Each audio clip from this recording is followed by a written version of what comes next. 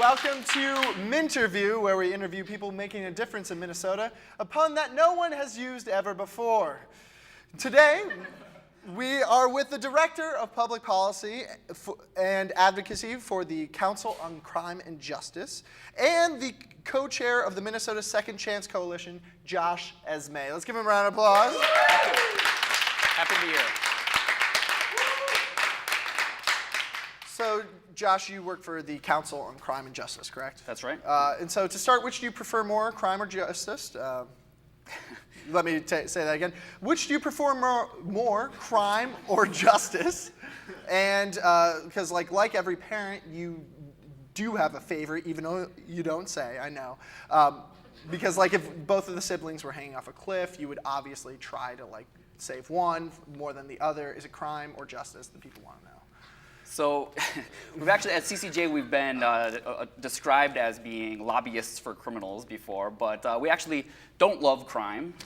We love people, and we don't stop loving people just because they've committed a crime. So at CCJ, we strive to create a criminal justice system that is equitable, treats people with compassion and dignity, and allows for second chances. And sort of the rub on that is, you talked about comparing justice or crime. It's kind of like talking about, do we make decisions for public safety or do we make decisions based on individual liberty and treating people, treating people fairly? And what we think is by striving for these ideals, allowing for second chances, you're actually creating a more safe, more fair society. Yeah.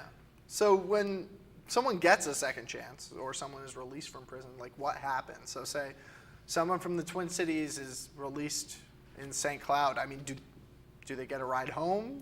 Do they get a goodie bag? Like what's the situation for someone who's released from prison? They don't get a goodie bag.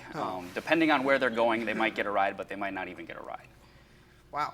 So like what are the repercussions of like having a prison sentence after you get out? Yeah, well, what you face when you get out is actually the same thing that you face even if you didn't spend time in prison, and that is what we call the collateral consequences of having a record.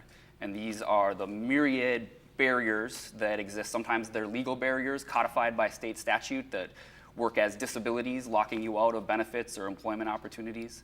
Sometimes they're just the natural result of the stigma that having a record that I could pull up on my cell phone right now, or whenever you Google someone's name, creates, and they lock people out of employment, they keep people from finding housing, they prevent people from participating in their communities, from voting, and really the litany of collateral consequences goes on and on and on. And in fact, one of them is that you become yourself more likely to be a victim of crime simply by having a criminal record. So that's what you face. Wow, I don't want to face that.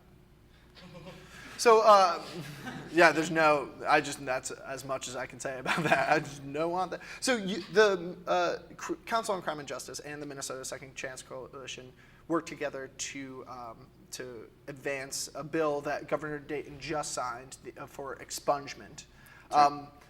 I don't know what expungement means. When I hear that word, I think of like a service that's offered in the back pages of city pages, or a type of cake that a German grandmother would make. So I don't know what expungement is. It does sound delicious. So, can you please help me? What is expungement? If you could just explain what that is. Sure. So expungement, and actually this is something I looked up in my law dictionary when I was at law school. To expunge something means to erase or destroy it. Although that's a little bit of a misnomer. In Minnesota, when we're talking about an expungement, what we're really talking about is going to court and asking the court for a court order to seal that record so that it isn't accessible on Google and on the court's website and doesn't show up every time you apply for a job at Super America or an apartment. It's not a destruction of a record. In fact, the record can be reopened and would be reopened, for example, if someone was ever accused of committing another crime. Can also be accessed for specific particularly sensitive types of employment. But really what expungement is it's an opportunity to give someone a second chance so that they have a fair shot at getting employment and housing and all of the things that you need to be a productive member of our community. Right. So like how broad is the term sensitive forms of employment. Because Super America, you can deal with a lot of sensitive issues as an employee there. You see people's at their worst. So that wouldn't count as like a sensitive. Or we're talking in law enforcement or working with vulnerable people or that type of thing. Huh. Cool. And so does that allow people, so I mentioned during the MN10 segment that people who are convicted of felonies or serving time or probation or parole for felonies aren't allowed to vote. Would that be able to be expunged and then they would be able to vote after that? Voting's a little bit different because actually in Minnesota your right to vote is taken away during the period that you're serving your sentence. And so that means if you're serving a term of incarceration while you're confined, you're not able to vote. But it also means if you don't go to prison at all, and in fact the vast majority of people about 75% of people serving felony sentences are actually living in the community on probation or parole. Those people also can't vote, but only during the period that they're serving their sentence. And so you do have the right to vote automatically restored once you're discharged from your sentence. That still leaves about 47,000 people who are living in our community, working in our community, paying taxes, but are not represented by our government because they can't vote for elected officials. But for expungement, you really can't get an expungement until much, much later, years after you've completed your sentence. So the expungementing doesn't happen for several years until after the sentence has been served. That's correct. If it ever happens. That's not as delicious as I would hope it would. So why? So I don't understand why Minnesota takes away right to vote, right? Because that is the central tenet of our democracy, right? One person, one vote. Even though like Minnesota is one of the best voter turnouts in the country, and we're still under 50%, which is so like the right to vote is like a gym membership. I want it. I'm not going to use it, but I want it because I know that it makes me feel good that I have it. So why do we even take that away from people who have been convicted for felonies? Why does Minnesota have this law? It's really a relic of history. It's part of our legal tradition going back to England. The idea that when you're convicted of a felony, you lose certain civil rights. And in Minnesota, when we adopted our state constitution in 1857, it came along with that provision was codified there. And it's really, we really haven't sort of critically looked at it since then. And what I think is sort of interesting about that is in the 1860s, there were a total of 75 felony crimes on our state books. There was no such thing as probation. If you were convicted of a felony, you went to prison, and that happened to all of 30 people in 1860, which represented 0.02% of the voting age population. And so that's sort of, when I say it's a relic of history, well, that's the time period that it comes from. And obviously the criminal justice system has changed so drastically since then. I mean, just in the last 30 years, we've increased by almost 400% the rate of correctional control in Minnesota. As of a couple years ago, about 1 in every 26 people was under some form of correctional control. But that was 1 in 98 back in the early 80s. So increasing by fourfold the rate at which we're arresting people, charging people, convicting people, and punishing people. And you see that sort of carry over into the statistics in terms of our felon disenfranchisement. So there were 75 felonies then. There are 368 felonies today. And now about 75% of people serving felony convictions, as I said before, are living in the community.